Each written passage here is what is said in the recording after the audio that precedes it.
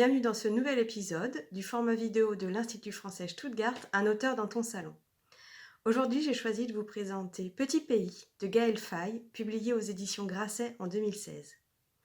Auteur, compositeur, interprète, Gaël Faye nous a livré en 2016 un premier roman des plus percutants, récompensé la même année du Goncourt des lycéens. Gabriel est né d'un père français et d'une mère rwandaise. En 1992, il a 10 ans et il vit avec sa sœur et ses parents dans un confortable quartier d'expatriés au Burundi, son petit pays. Il passe le plus clair de son temps avec sa bande de copains, bien occupés à faire les 400 coups. Mais l'histoire frappe brutalement ce bout d'Afrique centrale, tout comme l'équilibre familial. Dans ce roman d'une ampleur exceptionnelle, le narrateur revient sur son enfance et ce monde à jamais perdu. Il convoque de nombreux souvenirs, des parfums, des rires, des regards, et toutes ces douleurs qui ne l'ont plus jamais quitté. La séparation de ses parents, les vagues de violence, la vie dans son quartier bouleversé. Et finalement, le drame rwandais, vécu à hauteur d'enfant.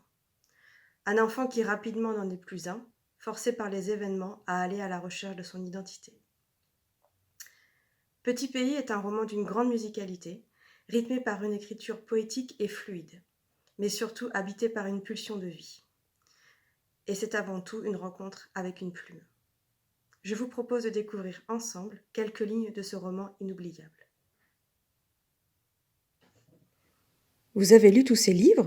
J'ai demandé. Oui, certains plusieurs fois même. Ce sont les grands amours de ma vie. Ils me font rire, pleurer, douter, réfléchir. Ils me permettent de m'échapper, ils m'ont changé, ont fait de moi une autre personne. Un livre peut nous changer ? Bien sûr, un livre peut te changer, et même changer ta vie, comme un coup de foudre. Et on ne peut pas savoir quand la rencontre aura lieu. Il faut se méfier des livres. Ce sont des génies endormis. J'espère que cette vidéo vous aura donné envie de lire le livre ou de le relire. Et si vous voulez en savoir plus sur l'Institut français Stuttgart et nos activités, n'hésitez pas à nous suivre sur nos différentes plateformes. Bonne lecture et à bientôt pour une nouvelle vidéo.